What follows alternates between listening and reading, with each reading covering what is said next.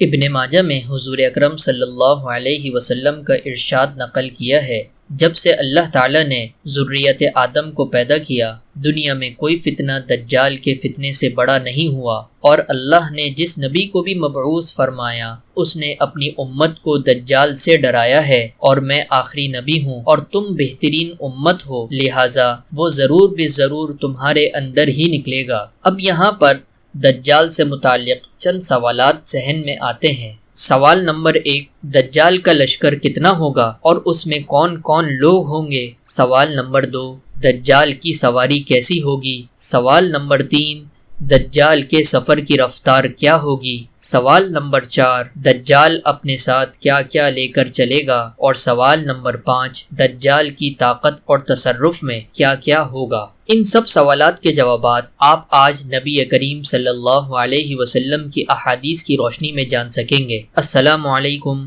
آپ دیکھ رہے ہیں مائی ڈیپ تھاٹس۔ سوال نمبر 1، دجال کا لشکر کتنا بڑا ہوگا اور اس کے ساتھ اس لشکر میں کون کون لوگ ہوں گے؟ تو اس کا جواب صحیح مسلم میں حضرت انس رضی اللہ تعالی عنہ کی روایت میں موجود ہے کہ نبی کریم صلی اللہ علیہ وسلم نے فرمایا، دجال کے ساتھ اصفہان کے 70,000 یہودی ہوں گے جو چادریں اوڑے ہوئے ہوں گے۔ اسی طرح مسند امام احمد میں حضرت جابر رضی اللہ تعالی عنہ کی روایت موجود ہے کہ نبی کریم صلی اللہ علیہ وسلم نے فرمایا، اللہ تعالیٰ اس کے ساتھ شیاطین کو بھیجے گا جو لوگوں سے باتیں کریں گے۔ اس کا مطلب اس کے لشکر کے اندر انسانوں کے ساتھ ساتھ شیاطین کی بھی تعداد موجود ہوگی۔ سوال نمبر 2، دجال کی سواری کیسی ہوگی؟ تو اس کا جواب مسند امام احمد میں حضرت جابر رضی اللہ تعالی عنہ کی روایت میں موجود ہے کہ نبی کریم صلی اللہ علیہ وسلم نے فرمایا، وہ دجال ایک گدھے پر سوار ہوگا، اس گدھے کے دونوں کانوں کے درمیان 40 ہاتھوں کا فاصلہ ہوگا۔ اب آتے ہیں اپنے سوال نمبر 3 کی طرف کہ دجال کے سفر کی رفتار کیا ہوگی؟ تو اس کا جواب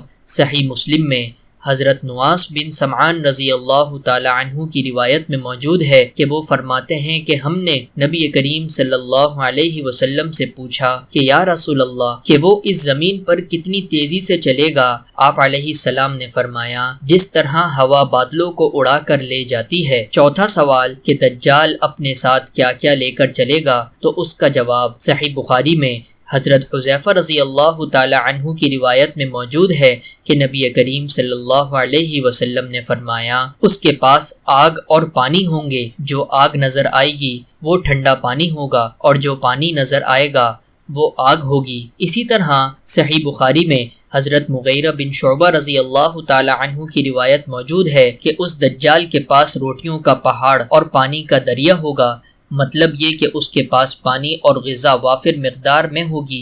نبی کریم صلی اللہ علیہ وسلم نے فرمایا، ان باتوں کے لیے وہ نہایت حقیر ہے، لیکن اللہ اس کو اس بات کی اجازت دے گا تاکہ لوگوں کو آزمایا جا سکے کہ وہ اللہ پر یقین رکھتے ہیں یا دجال پر۔ اسی طرح سنن ابو داود میں حضرت حذیفہ رضی اللہ تعالی عنہ کی روایت منقول ہے کہ نبی کریم صلی اللہ علیہ وسلم نے فرمایا کہ وہ دجال اپنے ساتھ ایک دریا اور آگ لے کر چلے گا، جو اس کی آگ میں پڑے گا اس کو یقیناً اس کا صلہ ملے گا اور اس کا بوجھ کم کر دیا جائے گا، اور جو اس کے دریا میں اترے گا اس کا بوجھ برقرار رہے گا اور اس کا صلہ اس سے چھین لیا جائے گا۔ اب آتے ہیں ہم اپنے 5ویں سوال کی طرف کہ دجال کی طاقت کیا ہوگی اور اس کو کن کن چیزوں کا تصرف حاصل ہوگا؟ تو اس کا جواب ابن ماجہ میں حضرت ابو امامہ رضی اللہ تعالی عنہ کی روایت میں موجود ہے کہ نبی کریم صلی اللہ علیہ وسلم نے ایک مرتبہ خطبہ دیتے ہوئے ارشاد فرمایا کہ دجال ایک دیہاتی سے کہے گا، اگر میں تمہارے ماں باپ کو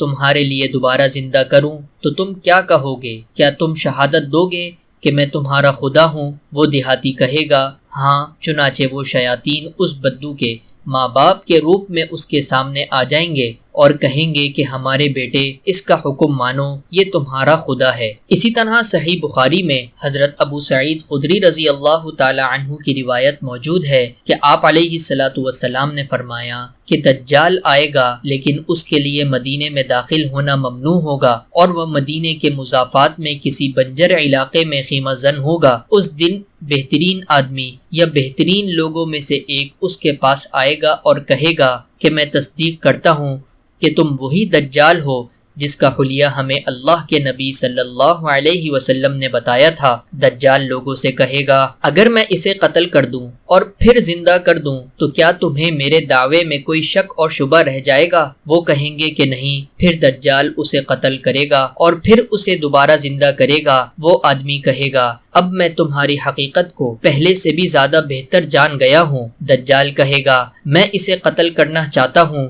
لیکن وہ اسے قتل نہیں کر سکتا۔ اب ہم ان احادیث کی روشنی میں دجال کی قوتوں کو ایک ایک کر کے دیکھتے ہیں۔ نمبر 1، اس کا قبضہ تمام زندگی بخش وسائل مثلا پانی، آگ، غذا پر ہوگا۔ نمبر 2، اس کے پاس بے تحاشا دولت اور زمین کے خزانے ہوں گے۔ نمبر 3، اس کی دسترس تمام قدرتی وسائل پر ہوگی مثلا بارش، فصلیں، قحط، خشک سالی۔ نمبر 4، وہ زمین پر اس طرح چلے گا جیسے ہوا بادلوں کو اڑا کر لے جاتی ہے۔ اس کے گدھے کے کانوں کے درمیان 40 ہاتھوں کا فاصلہ ہوگا۔ نمبر 5، وہ ایک نقلی جنت اور دوزخ اپنے ساتھ لائے گا۔ نمبر 6، اس کی مدد شیاطین کریں گے۔ وہ مردہ لوگوں کی شکل میں بھی ظاہر ہوں گے اور لوگوں سے باتیں بھی کریں گے۔ نمبر 7، وہ زندگی اور موت پر ظاہری طور پر قدرت رکھے گا۔ نمبر 8، زندگی اور موت پر اس کا اختیار محدود ہوگا کیونکہ وہ اس مومن کو دوبارہ نہیں مار سکے گا۔ اس دجالی فتنے سے بچنے کے لیے آپ علیہ الصلاۃ والسلام نے سورۃ الکہف کا اہتمام بتایا ہے کہ جو مومن بندہ سورہ کہف جمعے کے دن پڑھے گا اللہ تعالیٰ اس کو دجالی فتنے سے محفوظ فرمائیں گے۔ اور حضور پاک صلی اللہ علیہ وسلم کے زمانے میں بھی ایک بچہ پیدا ہوا جو کہ ابن سیاد کے نام سے جانا جاتا تھا۔ اس کے اندر بھی دجال والی خصوصیات تھیں اور حضور اس کے گھر پر بھی گئے تھے یہ دیکھنے کے لیے کہ آیا وہ دجال ہے یا نہیں۔ اس کے متعلق ایک مکمل ویڈیو ہمارے چینل پر موجود ہے، اس کو جا کر ضرور دیکھیے۔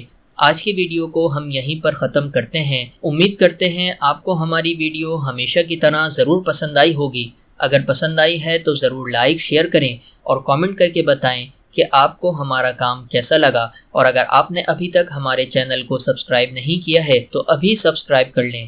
ملتے ہیں اگلی ویڈیو میں، تب تک کے لیے اللہ حافظ۔